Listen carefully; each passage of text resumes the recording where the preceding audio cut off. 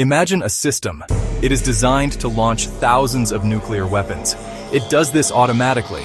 It works even if Russia's leaders are already dead. This is not science fiction. This machine is real. It has a name. Some call it the dead hand. It was built during the Cold War. It was a time of great fear. The United States, the Soviet Union, were enemies. Each side had enough bombs to destroy the world many times. The leaders worried about a surprise attack. They worried about a single strike that could wipe out their ability to fight back.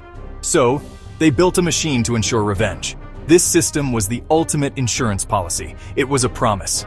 If you strike us down, our dead hand will rise from the grave. It will strike you back. This concept is simple, but it is also terrifying. It takes the most important decision in human history, out of human hands. The decision to end the world would be made by a computer. The dead hand was born from deep suspicion. During the Cold War, the Soviet Union, the United States lived under a dark cloud, mutually assured destruction. If one side launched, the other would launch back. Both countries would be completely destroyed. A fragile peace built on deterrence. No sane leader would start a nuclear war. Soviet leaders doubted American sanity. They feared a decapitation strike, an attack to kill leaders instantly. Who would order the retaliation if Moscow's leaders were gone? The military command would be chaos. Communication lines down. The arsenal might sit unused. The US would win in a single brutal blow, a nightmare for Soviet strategists. They needed a guarantee weapons would fly, a system that could not be stopped. No living general needed to give the final command. They started building the perimeter system, top secret project. The official name for the dead hand is Perimeter. Its purpose was to be the final command system. It was designed to launch all Soviet land-based nuclear missiles. It would do this without direct orders from the top military leadership. The system was designed to activate only in the most extreme crisis. It was not meant to start a war. It was meant to finish one. It had special sensors to detect a nuclear attack. These sensors measured seismic activity, which means shaking of the ground. They also measured light flashes' radiation levels. The data from these sensors would be sent to a central command computer. This computer was hidden in a super-hardened underground bunker. It was protected from bombs and radiation. This bunker was the brain of the perimeter system. It was built to outlive the men who created it. It was a fortress of pure logic and code. The process for the dead hand is a chilling step-by-step sequence. It is designed to be logical and unstoppable. The first step is activation. During a time of extreme international crisis, top leaders in the Kremlin would turn the system on. This is like unlocking a safety on a weapon. The system is now live but not yet acting. It is in a monitoring mode. It is waiting. It is listening for two things. First, evidence of a nuclear attack on Russian soil. Second, the sound of silence from its human masters. This waiting period is the most tense moment imaginable. The second step is detection. A network of sensors across Russia looks for signs of nuclear blasts. If multiple sensors in different places report these signs simultaneously, the system confirms an attack is underway. The third step is the most terrifying. The system checks for a connection to the general staff, Russia's top military command. The silence is the final trigger. Once the perimeter system makes its final decision, the launch sequence is swift and irreversible.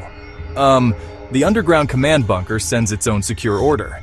This order does not go to the thousands of nuclear missiles waiting in their silos. That would be too complex. Instead, the order goes to a small number of special missiles. These are the command rockets. They are the heralds of the apocalypse. They are stored in their own super-hardened silos, designed to survive a direct nuclear hit. The order they receive is simple: launch immediately. The heavy concrete lids of their silos slide open. Smoke and fire pour out as the command rockets ignite their engines. They are not armed with nuclear warheads themselves.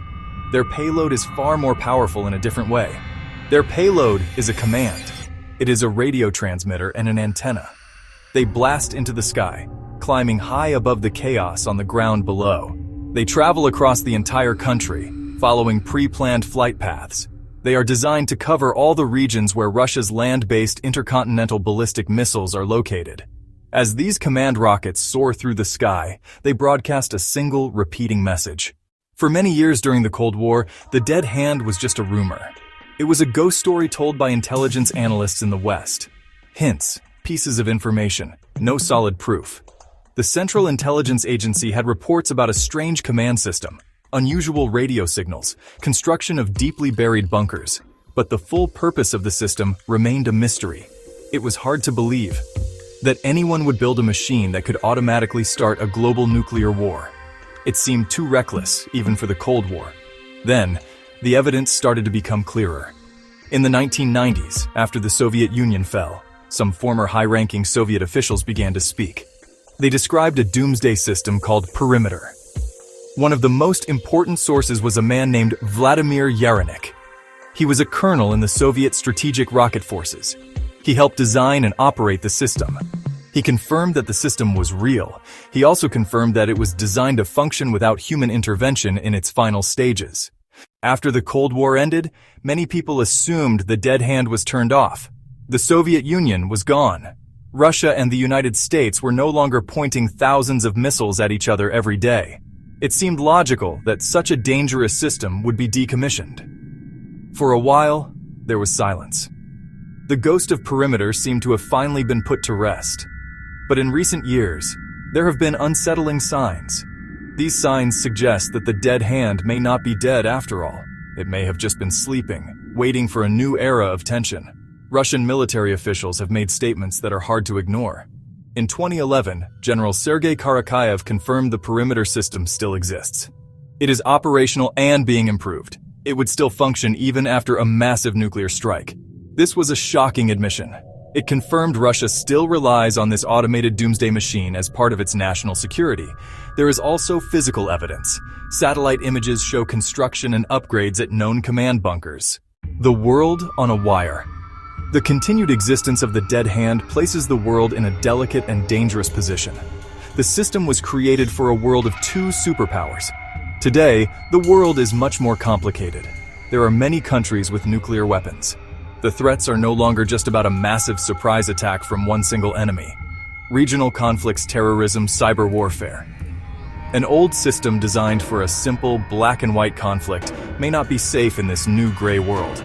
Its rigid logic is a poor match for the complexity of modern geopolitics. The greatest fear remains a launch by mistake. A system designed to be automatic is a system that can have an accident. Imagine a large meteor shower. Seismic shocks, light flashes. Could a series of meteor strikes be misinterpreted by the system's sensors as a nuclear attack? Or consider a massive solar flare. Disrupt communications, disrupt electronics. If this happened during a time of high tension, the system's computer might lose contact with leadership.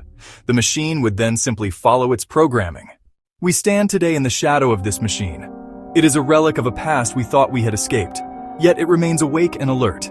It is a silent testament to the enduring logic of fear.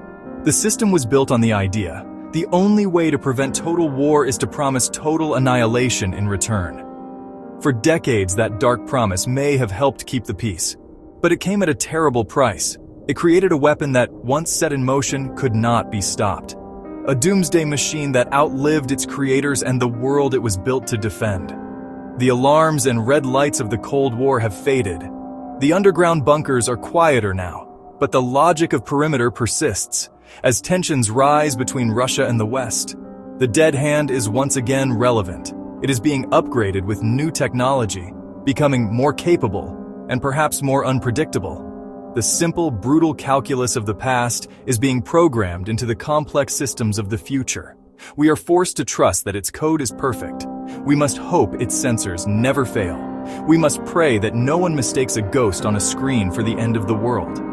The terrifying question is not whether the dead hand exists. We know it does. The terrifying question is, who controls it today?